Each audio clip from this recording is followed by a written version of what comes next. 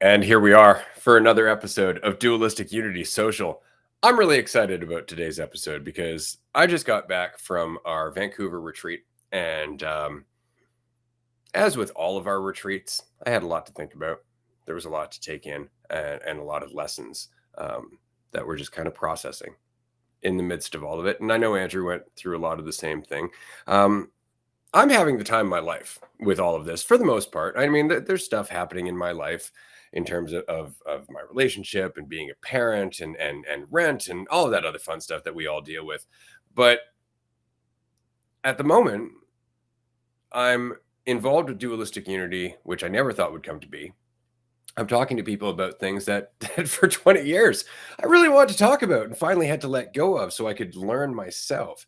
And there are people who want to talk about it now. I get to travel to cool places to meet these fantastic, wonderful people. I work with one of the smartest motherfuckers I've ever met in my life.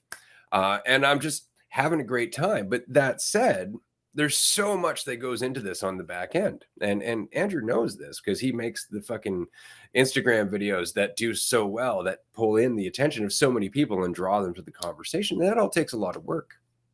It's very difficult to not think of it as work sometimes.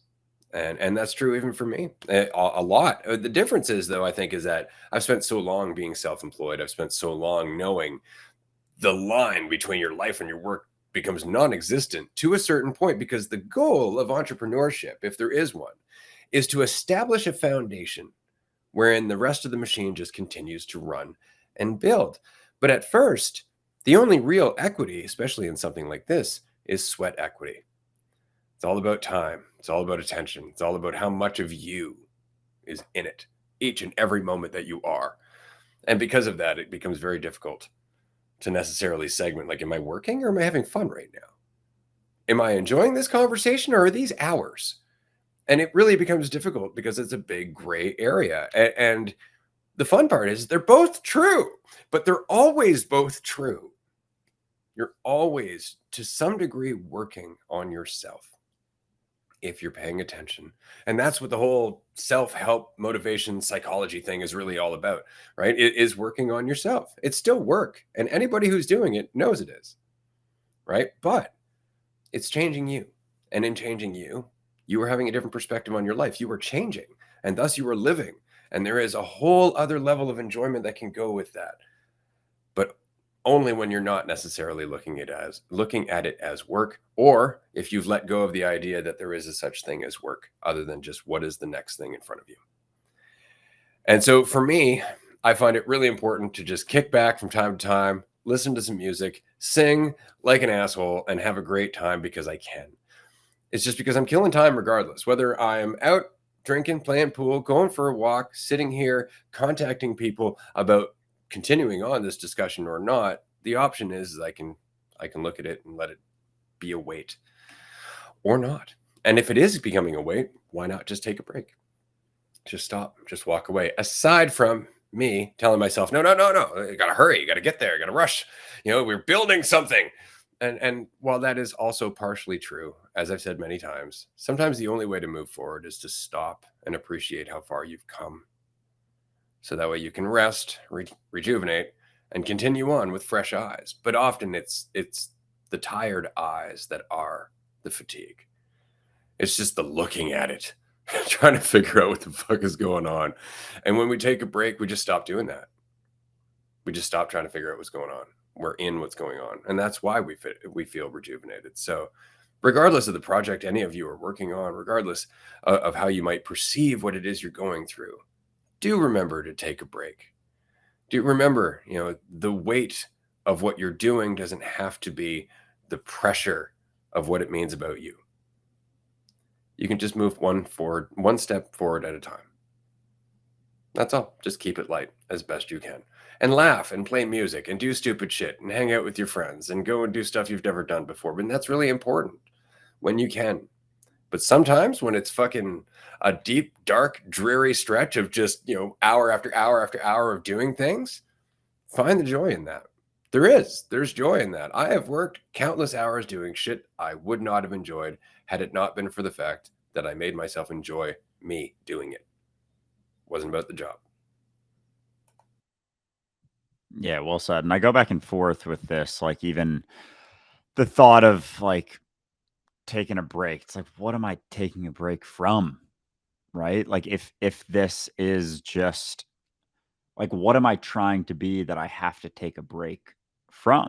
Like if it is just like if the best thing I can do, which I'm just sort of realizing is be myself, like share things that I go through. Cause I think, and this is just my perspective, like just from talking to people and because I talk to people about stuff and it's not, I don't think it's just entirely an assumption, but, people look at me in a certain way. And so the best thing I could ever do is just be myself, which isn't that idea of, someone who, I don't know, has it all figured out or doesn't suffer anymore or anything like that. And so taking a break, it's like, what do I like? What weight am I carrying that I need a break from? And I think there's a point that's beneficial where it's like you feel like taking a break, and it's kind of like there's a Jim Carrey quote, like depression is just your body telling you you need deep rest from the character you've been playing. And so if you're playing a character, like why exactly are you doing that? Like what do you think the benefits are of trying to either be something for other people or match the idea that other people have? And is there even a benefit to doing anything like that? Like I would say I would argue no, and people will argue that you should at points. Like, "Oh, well, you fake it till you make it," or play this, got to play the role sometimes, you got to be this thing. And it's like, I don't know, do you? Like do you ever have to play a role? Can you not always just show up as yourself? Like what is really the difference if you show up as something else, then what is that doing besides just creating more conflict with reality, adding more weight to yourself that inevitably will build to the point that it cracks and breaks you. And then it's like, you reset, but and this is the back and forth I kind of started with was like, then you take a break and then what? You go back to playing a fucking role, or you can just stop playing a role, keep doing the things. And then it's not really taking a break from the things that you're doing. It's taking a break from the fucking role you're trying to play or way you think people see you, that sometimes we, without even realizing it, despite knowing that it's probably better for everyone if you don't play a role, because it's essentially always better for everyone if you don't play a role. And playing a role is, I don't know, like, I don't want to say selfish to a degree, but it kind of is. And then we pitch it as not being selfish because we think it's better because it's how people see us and it's how they want to see us, but it really isn't. Because if they see us in a certain way that's, causing them to feel, I don't know, more pressure, like they have to be something. It's like we're always reflective. So if you're trying to be something and fit a role that they're playing, they're going to think that they should fit a role, and then they're going to try and be that and meet that idea. And it's like, who the fuck is that any good for? Ever.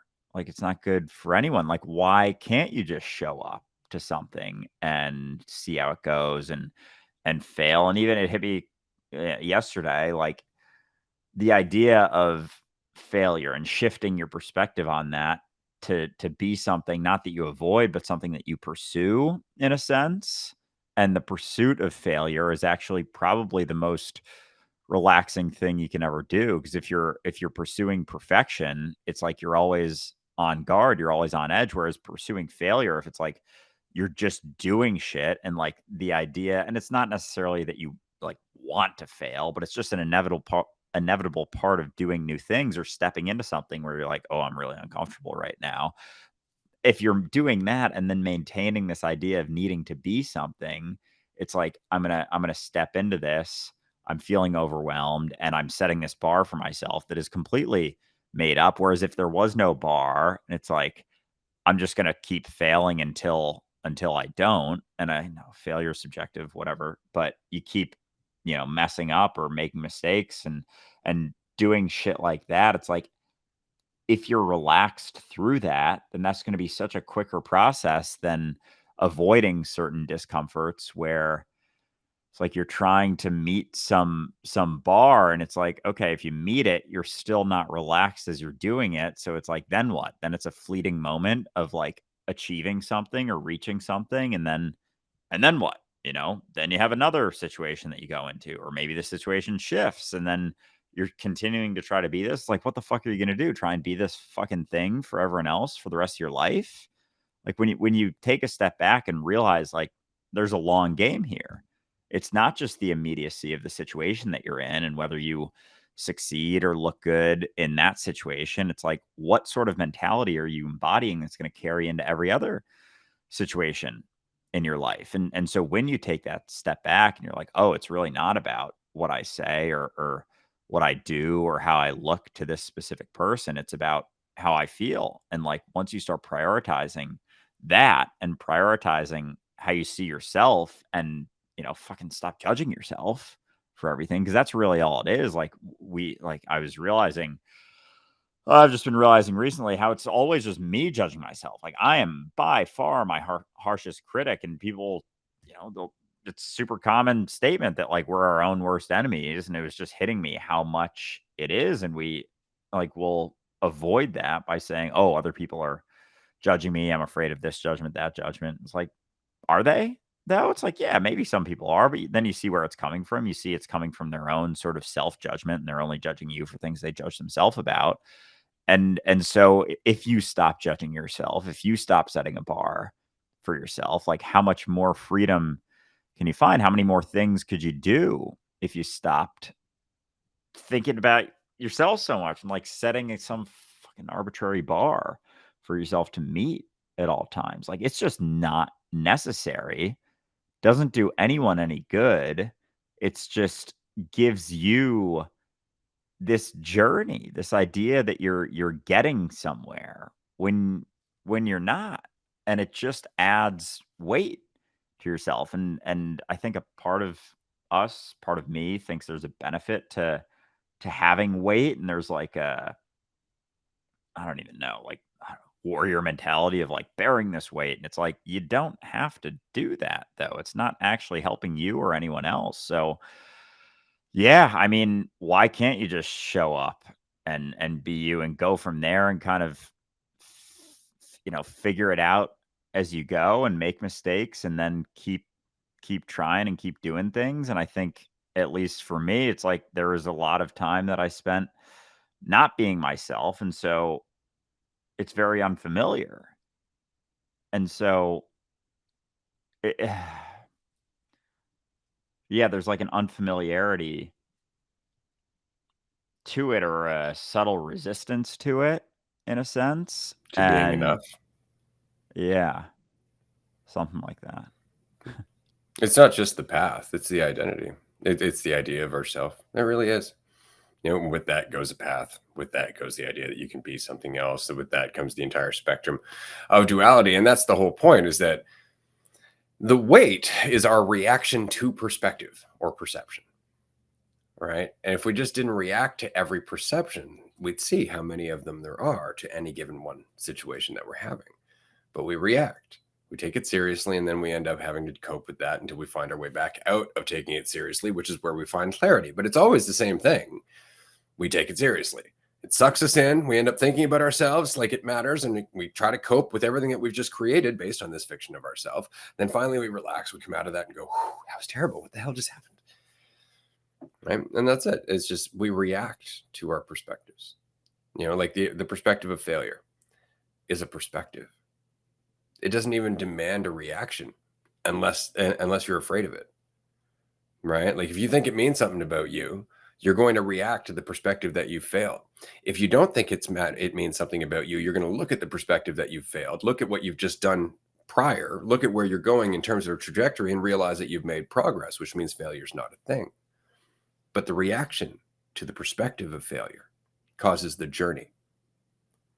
And if you just don't react, if you just don't identify with it, if you don't think it's actually the truth about you immediately just because it crossed through your gray matter, then you have a chance to see things in a different way. You have a chance to look at the other side of the fence, numerous sides of the fence, the entire spectrum of the goddamn fence is what I'm saying. And so you have more clarity and more awareness, and you can move forward and make a different step that you didn't even know was there. But in order to do that, You can't react. And what you find is that when you're not reacting, you feel like that you are yourself.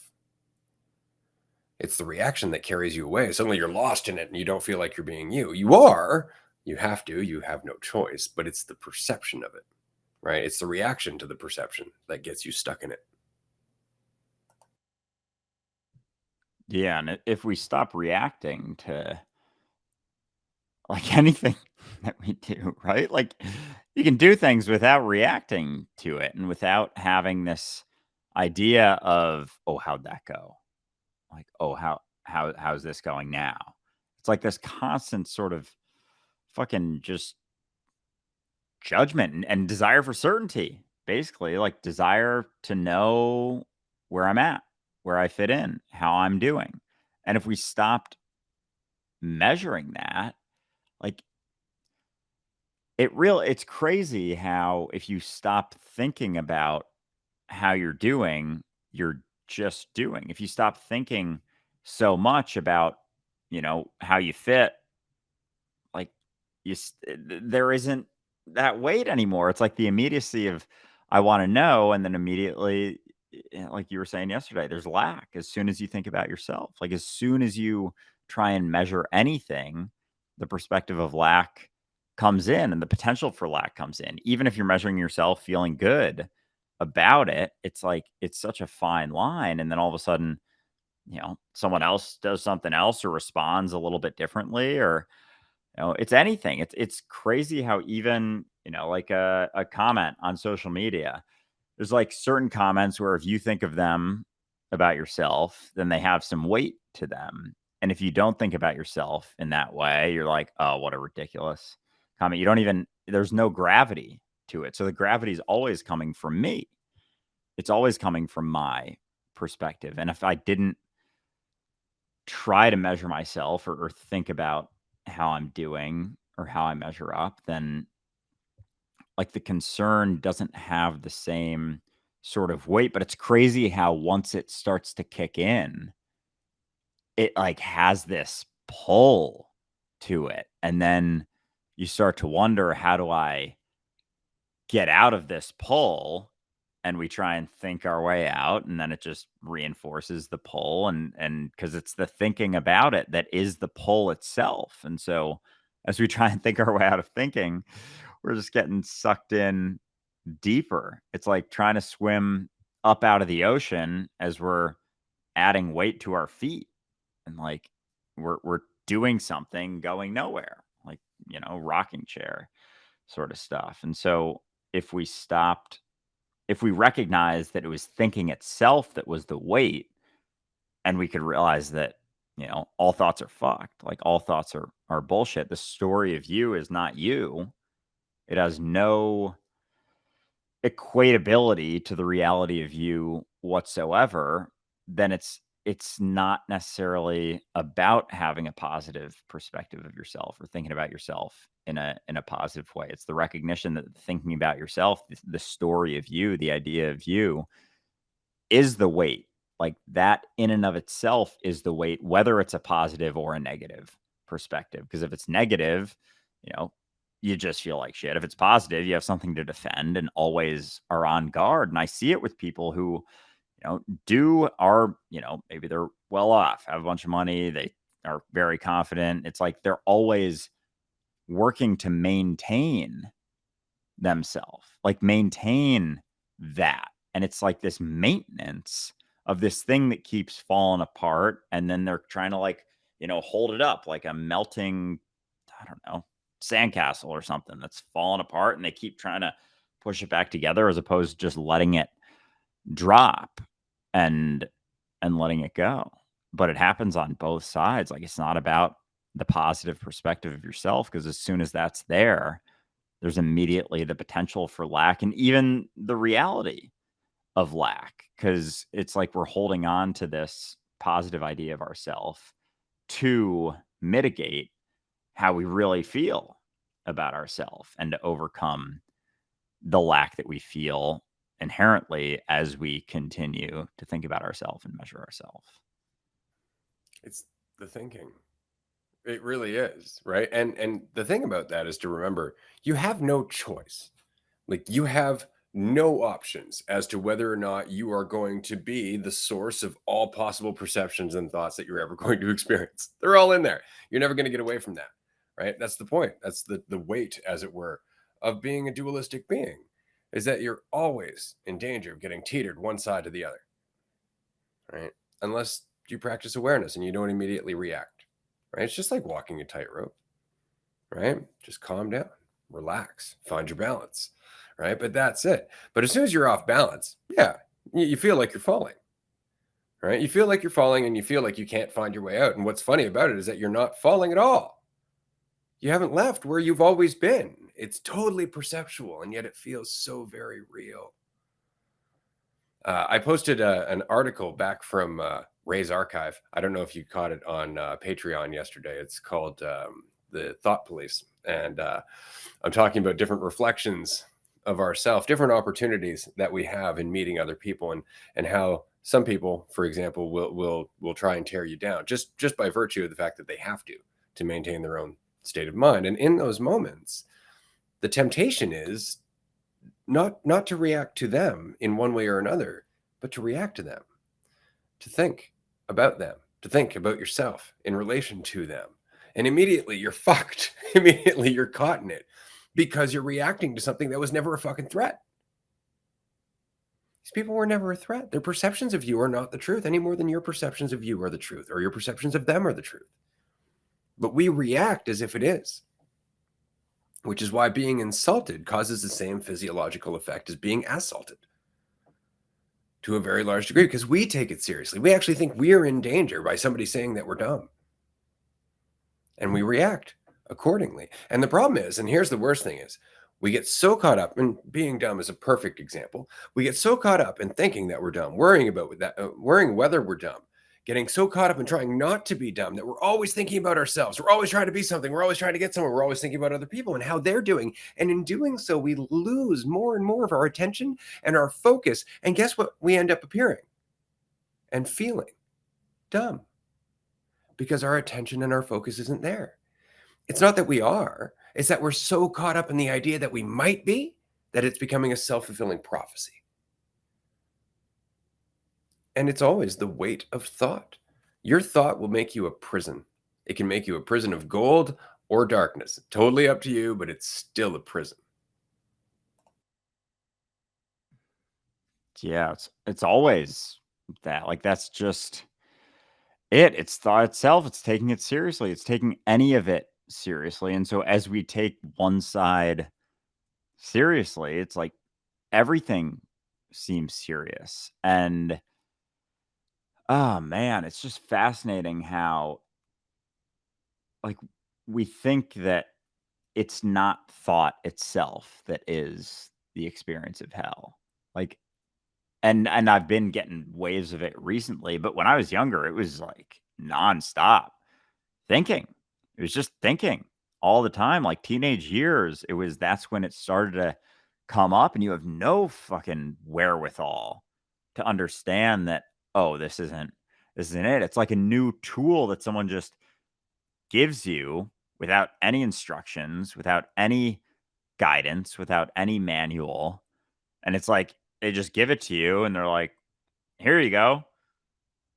And like that's it. It's not even like, here you go. This is to help figure out things to a degree, but definitely don't take it too seriously. It's like, no, it just starts happening. You're like, what the fuck? And then you start making assumptions. You start trying to find certainty, and it just like starts trying to find certainty in everything. We have no wherewithal to understand that it's the mechanism of it, and it's trying to find a certainty that doesn't exist, and it's always going to keep trying to do that. And it's just going to settle on random shit just to think that it found it, to think that it found certainty. And so we get caught in these thought loops, and it's like we're looking for confirmation both to confirm the bullshit story that doesn't feel great, and then to confirm that it's not true kind of at the same time. Like I don't even know what the fuck I'm doing. anymore. Like, what am I trying to do? What am I trying to be? Who am I trying to do it for? Who am I trying to become? Who am I trying to prove this to? And it's always just to yourself. It's always just to you, but we'll make up an excuse like, oh, we're doing it for them, doing it to, I'm people pleasing. I'm trying to please everyone else. It's like, no, you're just using them as an excuse to try and please yourself, feel valuable in yourself, tell yourself a story, give yourself an excuse to feel okay with yourself through, the eyes of other people that you have no control over and no idea really even what their perspective of you is. And there's like this certainty, even if you're, trying to help people, not necessarily help people, but, be there for people. And we think that, I don't know, at least for me, there's like this idea of I don't want to say perfection, but it's kind of along those lines of like always doing the right thing, saying the right thing, saying the best thing. But it's just from my perspective, not realizing like, I don't know what the fuck the best thing to say is. I don't know the best thing for this person to see in me. Maybe if they see me as someone who's got it figured out, then actually me stumbling and fucking falling on my face is way more beneficial for them to see. But then, on the flip side, then it is selfish because like, well, I don't want to stumble and fall on my face like that. I judge myself for doing that. And so it just comes back to you because like, oh, I got to be perfect for these people. And it's like, no, you're trying to be perfect for you. That's all that it ever is. And so when you stop trying to be perfect for you, realizing that it's not about getting to any spot where you're fucking got it all figured out or perfect or whatever. It's just what you embody. Like it's really your experience. And if you're always trying to be something, you can never relax. But then if you relax, you start to realize that it's kind of arbitrary how you act. Like how you act is arbitrary because you don't know. You don't know what someone else is thinking or how it's going to be received or how you may or may not be judged. So your actions are entirely arbitrary. There is no correct way. There is no incorrect way. It's just how you're acting. But at least for me, I hold on to ideas of like the right and the wrong way to act, despite fucking talking about it all the time. Like there is no right way, there's no wrong way. Like, yeah, you can say it till you're blue in the face, but it's the application in yourself is really what it comes down to, because then that allows, and it's not even for anyone else, it's just for you, and that's the most impact you can have, because then you're actually with people too. Like you're not really with people if you're trying to be something, because then you're not really considering anyone else and you're just considering yourself, and it's actually quite selfish to try to be perfect all the time. Like it's incredibly fucking selfish. Then you lack sensitivity, you're not paying as much attention, and then you're missing the shit that you're trying to respond to because you're trying to be, this whole idea thinking there's like a fucking script you're going to find in your head that's got all the right answers, and it's like that doesn't exist ever there. And yeah, I mean, yeah, your actions are arbitrary. So I recognize what you're doing in the way that, because I did it for a long time. In the same way that sometimes people who join us on a psychedelic adventure for the very first time, they've done psychedelics before, but they've never necessarily done it in this mentality, this conversation in our presence, blah, blah, blah. And all of a sudden they come out and they're like, this isn't what I thought it was. It's like, exactly. And that insight is everything. And then that keeps getting deeper. You and I have been questioning control and assumptions and concepts and everything for the last year and a half on our podcast. And we do so relentlessly, I would like to say. And in doing so, you really are continuing to come up to the promise of your thought, which is control. When we keep questioning control, but all of your thoughts are the promise of control. No, this is how you know what to do. This is how you know what the right way or the wrong way is. This is how you know if you're the right person or the wrong person, all of that fun stuff. So it's one thing to know that there's no control conceptually. It's another thing to keep running into the wall and recognizing that it doesn't work, right? And that's what you're doing. You keep running up, trying to test it out. Like, no, surely thoughts got to go somewhere. And it never ends up going where you want it to go or where it promises to go, because when you follow it through far enough, it never does, because control is an illusion.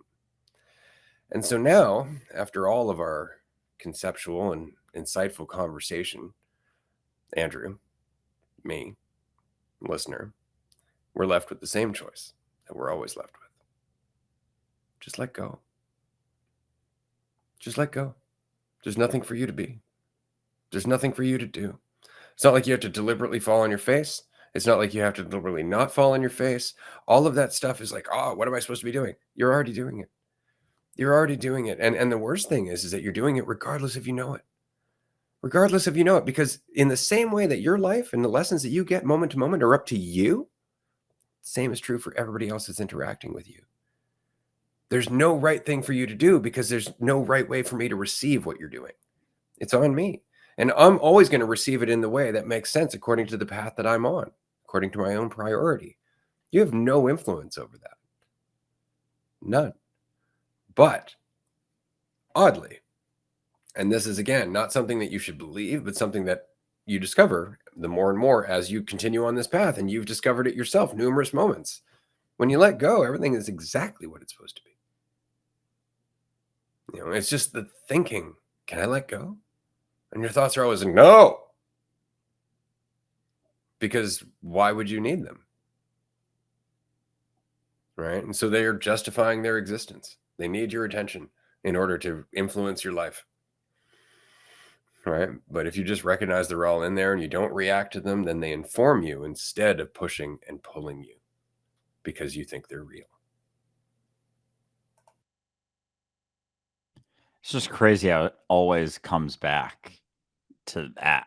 And like even in the conversation that we're having, like it's like we've been talking about this for fucking year and a half, like have hundreds and hundreds of hours of this conversation, and yet it's 20 years, buddy. Yeah. Yeah. And I'm just getting it. And I say that all the time. yeah, it's fucking gnarly. Like it can be that, disgust, and that like it's real, like, oh my God, because it's not about the words, and so it's the moment to moment experience that you have, and there's always the push and the pull, the balance of investment in being something versus not, and there's gonna be, there's fucking everyone has years and years and years of weights and layers and shit that they've built, and so there's gonna be certain things that maybe shake you a little more, and as we get shaken, as things start to get wobbly, it's like, what do we cling to? We cling to the guardrails, we cling to the bumpers, we cling to the control that doesn't actually exist, and it's like we're clinging for it, and it's like we're not grabbing anything. There's nothing to hold on to, and so we're like, fuck, and then we feel like we're just falling as opposed to realizing we don't need them. Like there's no certainty in holding on to the bumpers. There's no certainty in holding on to the walls. It just creates I don't know, this false sense of comfort. Like it is going to guide me. Like it is going to show me the way or something. And it's always that. And even with, like I said before, with failure, perspective on failure, like pursuing failure. And it's like, yeah, that's not a bad thing to recognize, but it's also, I want something to do. And that for me was like, oh, I came up with another answer. It's like, no, just pursue failure. It's like, no, fucker, it's not that either. Like it's not something you have to do. It's just what you are. So like, and failure is such a subjective, ridiculous sort of thing because it's such a siloed sort of separated experience. Like, oh, I've failed at this. And it's so driven home by school really fucked us up good with that shit. Like everything was measured. Everything was judged. It was always like every day. Like that's nuts when you think about every single day we get judged, we get measured. It's like, you go to school for 7 hours and then you get home and you do fucking 3 hours of homework. It's like that's almost half of your day. And then you're supposed to sleep a bunch, especially when you're younger. Like, adults, they say 7, 8, kids probably should be higher. And it's like, there's no time to do anything. And then the next day, it's like there's the wait. Oh, maybe they're going to give us a pop quiz. Oh, we got a big test. It's going to be, Don't 20% forget of your grade. university. You gotta universities worry about your extracurriculars, don't you know? Oh my god, yeah, and it's like pile those on and do everything else. It's like, holy fuck, like, no wonder we're so fucked. Like, no wonder we're so mentally fucked. Like, we were measured for the first 18 to 22, 23 years of our life, like, kinda nonstop, and from the age 5 to 10 too, and we're still very much developing. Like, holy Christ, it's insane. It's But you insane, see, though. now there's the point, right? Like, why do we take our thoughts so seriously? It seems like it should be something that's told to us early on. Like, yeah, these are useful. Don't take them as the whole truth, right? And I know as a parent that that is in fact something that's possible and that children do absorb to the best of their ability to some level or another. If your child is raised with the awareness that what they think of themselves is never the truth, although they'll dip in and out of it, they always have that grounding of going, right, you've mentioned this before. So all of a sudden, it's like we have a different environment. But you and I, and most of the people watching this right now, grew up in a world of people who take thoughts very seriously, so seriously, in fact, that they've created an entire system based on labels and categorization and a hierarchy of values and how we're measured and all of this other shit. And so we grew up in a world where people are like, no, thoughts are serious. Take your thoughts seriously. React to those thoughts. You got to really watch out for those thoughts. If you don't think, well, what kind of a dummy are you? Can't imagine not thinking. And there's all kinds of this fun priority. I think, therefore I am. What a crock of shit. I am. And I can think if I want to. Exactly, like, that one, like, that's taken as gospel by a lot of people. I think, therefore I am. Like, that's so unbelievably fucked.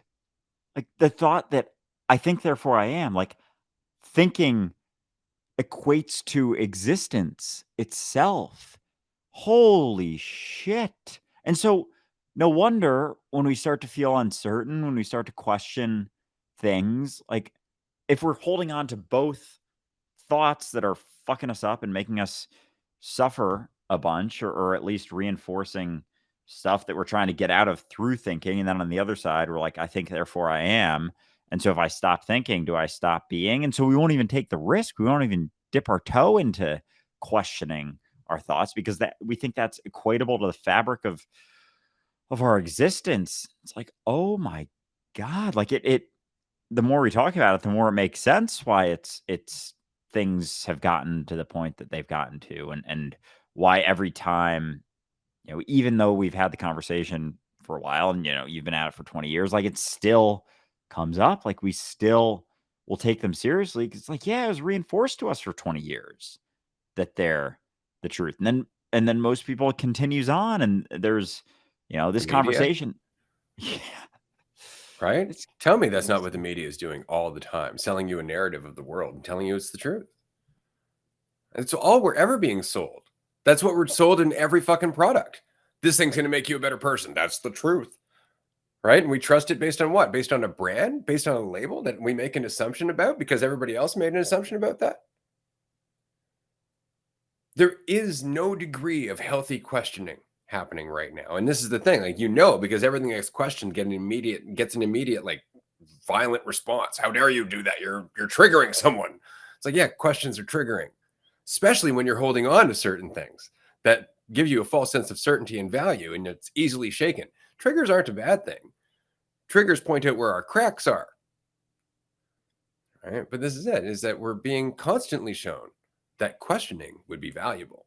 And we are constantly doubling down on the same stupid shit that we've been doing for 200 plus years. Right? Because it's familiar. It's the devil we know. And that, Andrew, is why I enjoy this so much. Is because I've been looking at this stuff forever. This is the most fun I could have in the face of a system that doesn't fucking like what I'm doing. Right? And that's it. The system is uptight because I'm not. Right? And that's the message that we're getting across, is that you can just let go. You can be yourself and you can still get everything you need to get done. You can still live your life with a lot less distortion, with a lot less unnecessary purchases, with a lot less unnecessary investment, a lot less toxicity, a lot less need, a lot less attachment, a lot less fucking manipulation. You can live your life and be whole and complete and still Get a new car, get a new house, go on a fucking trip. You can do all the shit you want to do without any of the shit in your head making it suck. And all you have to do is just take the time to question it until you come up to the wall that you are looking at right now. Can I really just let go? Do none of my thoughts get me where I want to go? That's the question. I spent the last 2 decades exploring it, and I'm going to keep doing so. Even that statement is kind of mind-blowing. Like, none of your thoughts get you to where you want to go. Like, your thoughts are like, I don't want to say they're not beneficial at all, but they're almost not. Like, they're so uh so neutral all the time, or so everything's so uncertain all the time that we hold on to thoughts thinking that we're finding a certainty, but it's just the feeling of certainty that isn't there, and if anything just distracts us from what's actually happening. And so it's like, no, there isn't much benefit to thought, and yet we've invested a lot into there being a benefit. And so, of course, even just the act of questioning a couple things is triggering. Like, the fact that asking a question about a certain thing, a certain belief, oh, well, also, maybe not, is like, that in itself is triggering to people. Like, oh, and then they'll like point to all this stuff, and it's like, yeah, that was all based on a stigma. I'm kind of thinking about our conversation we're gonna have later. I'm very excited for that one in regards to the cannabis and whatnot, because yeah, it's just in general, like, these things that we hold on to, even just the littlest question of it. Even for me, like, when I'm telling myself a story about,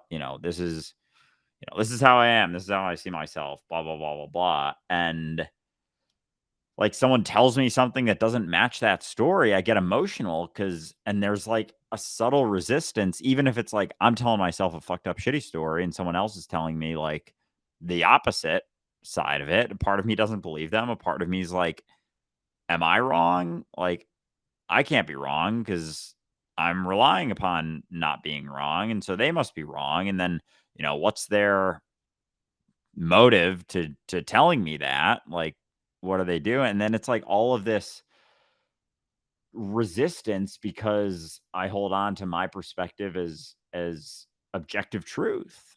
And it's not.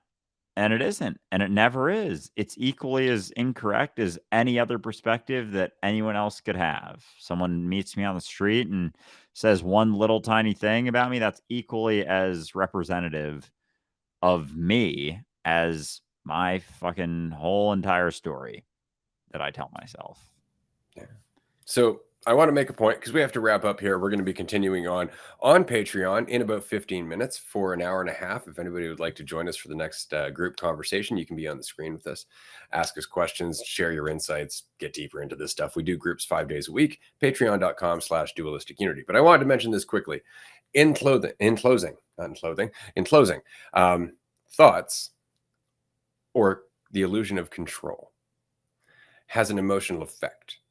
They have an emotional effect on us, which is why we're so deeply invested in them. They are like any other drug. Control, the familiarity of control, the familiarity of what you've done before, previous reactions are addictive. They are addictive. And thoughts, like any other drug, can be both helpful or a hindrance. Morphine, perfect example.